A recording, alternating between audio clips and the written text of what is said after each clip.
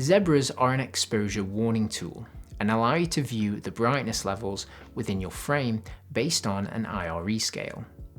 The brightness level it references will depend on the percentage value you've set.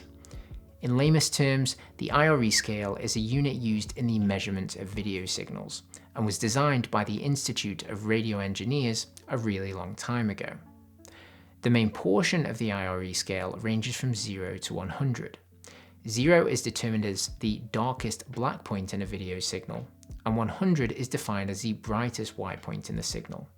From 1 to 99, we have the various brightness luminosity values, which range across black, grey, and white, all of which make up an image, and this is what Zebras, waveforms, and false color charts reference when needing to assign specific percentages for certain objects in the frame. So how can these percentage values help us expose with zebra levels? Well, there's a couple of values which are a good starting point for certain objects. These objects are skin tones, the middle grey point, and the white point. For the Canon C100 in a standard gamma, skin tones should be exposed at approximately 70% on the zebra scale. When this occurs, we know we're close to correct exposure. When these zebra levels are present, they should sit at but not exceed the brightest areas of the face. Now, it's important to remember that this is just a guide, which means it should only be a starting point. Everyone's skin tone and complexion is different and will react differently to light. If you feel the subject's skin tones appear too bright, perhaps because the subject has very pale skin, you may decide to darken the image.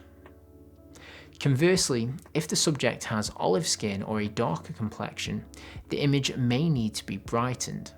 Remember, there's no one size fits all. As I said, this should simply be used as a starting point. In addition, when exposing, it's important to always try and protect the brightest points within an object, especially on skin tones or on objects which are of the primary importance. To ensure these brighter areas are protected, expose for them. For example, in this shot, one side of the figure's face is in shadow, and one side is evenly lit. When the zebra levels occur on the evenly lit side, this is my indication that I'm at correct exposure. If I continue to brighten the image with the aim of creating zebra levels across the shaded side of the figure's face, the evenly lit side will become increasingly overexposed, and in turn will lose lots of detail and information, making the image unusable. So, when exposing, make sure the zebra levels are trying to gauge exposure based on the brightest points and not across the darkest. The second useful zebra to use is for the white point, and to set the white point, you can again use the white balance card. White is one of the brightest values in an image, and many objects often don't exceed it when calculating an even exposure. If you exceed white, it'll mean you're moving closer toward the clipping point, which occurs at 100%, and this means you'll lose information in the frame. Areas brighter than white are known as highlights, and depending on the type of picture profile you're using, will determine how much information you can retain in that brightness region. For example, a standard picture profile doesn't have a lot of highlight detail, whereas a log file can capture a lot of highlight information. This is to do with the dynamic range I mentioned earlier. In a standard picture profile, zebras for the white point should be set at around 90 to 95%. Because our clipping point is at 100%, this means there's only a 5 to 10% margin of error between the white point, in which information is still visible, and the clipping point, where information is lost. Now, as we go through the camera's internal settings, you'll see that these percentage values for the white point and skin tones will change drastically across different picture profiles. So it's important to know which settings you're using and how they'll affect your image. And we'll cover this in greater detail in part 2 and 3. However, as well as the white point and zebra percentages, there's also a third value known as middle grey. Middle grey refers to a specific value which a camera can use to determine correct exposure within a neutral area of the frame. By neutral, I mean part of the frame which doesn't sit in the shadows or in the brighter regions of the frame. This is also called the mid-tone region. Most objects, when correctly exposed, will sit somewhere in this mid-tone area.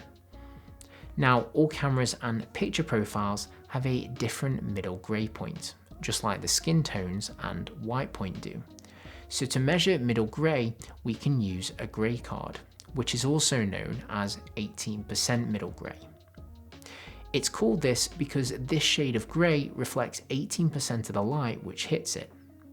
This sits directly in between pure black, the darkest part of an image, which normally resides in the shadows, and pure white, the brightest part of an image, which normally sits close to the highlights. The general idea is that if you expose middle grey at the correct IRE percentage, then the mid-tone region of an image, which is generally where a lot of objects correctly expose at, will also be correct. The waveform is a live, real-time interpretation of these brightness reflectance levels within a scene. The x-axis shows the brightness values of the scene from left to right, and the y-axis shows the IRE scale from the total black pixels at 0 to the total white pixels at 100. Changing the light levels within a scene will change where the brightness of an object sits on the waveform monitor. If the brightness is increased, levels on the waveform will move closer to 100, and vice versa.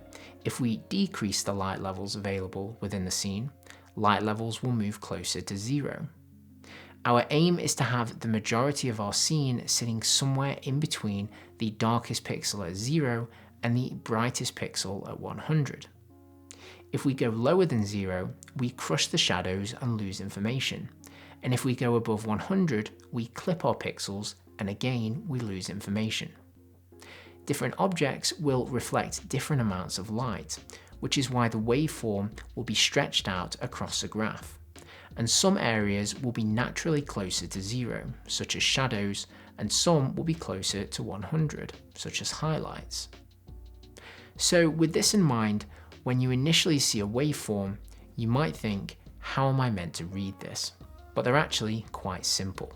And the easiest way I find is to split the waveform into 3 specific areas. These are the shadows, midtones, and the highlights. Shadows normally sit between 0 and wherever the middle grey point begins. The midtones are arranged between the middle grey point and the white point, and skin tones normally sit halfway between those two areas.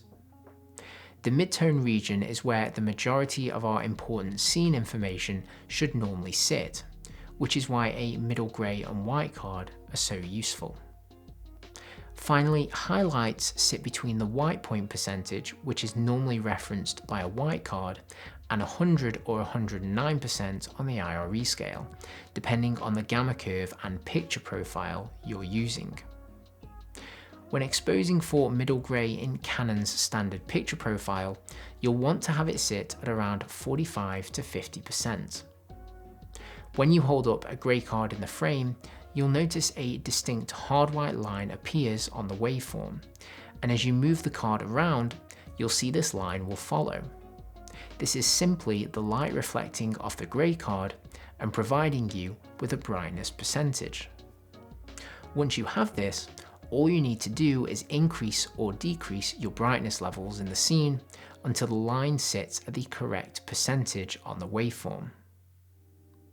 So, for example, if I close my aperture down, you'll see the image becomes darker, and in turn the grey card will also get darker, and the line level will drop on the IRE scale. In this current scene, it's stating the grey card is at around 20%, which we know is too dark, as we need it to be sitting at around 45 to 50% to be what Canon classes as correct exposure. So if I open my aperture, you'll see the image starts to become brighter and the middle grey line lifts. And now I have it sitting at 45%. And if we look at our image, you'll see we have a correctly exposed frame. Similarly, you can also do the exact same thing with a white card. When the white card is in the frame, again a hard white line will appear, and you can adjust the light levels accordingly until it sits at the correct white value, which, as I said earlier, is around 90 to 95%. And remember, both the grey and white card work in tandem. If I increase the brightness of a scene, both the middle grey point will get brighter and the white point will get brighter. If I decrease the light level, both will also get darker. The amazing thing with waveforms is that you can read the light levels of just about anything within a scene. For example, if I place a figure with darker tonal shades into the frame, then these additional dark pixels will appear on the lower portion of the waveform, closer towards 0. In contrast, if I add a figure with lighter tones to the opposite side of the frame, then these brighter pixels will appear higher on the waveform, closer toward 100. And this is something important to remember. When you have correct exposure, some things are still meant to appear bright and some things are meant to appear dark. It's okay to have pixels sitting in the lower shadows, and it's okay to have pixels sitting closer to the white point. Having various tonal shades creates contrast, and contrast is what helps provide saturation, and in turn creates a true-to-life image. The trick is ensuring that the right areas and objects are exposed at the right values. So the final thing to point out is when using a grey card, expose it in the mid-tone region of your scene. What I mean by this is if you have a scene with both mid-tones and shadows, such as this shot, don't place the grey card in the shadow region and then try to get 45% in that area. Middle grey isn't a shadow tone, it's a mid-tone. If you try and expose the shadows at 45%, the mid-tones are going to be far too bright, and in addition, your skin tones and highlights will also be far too bright, and the image just won't look very good.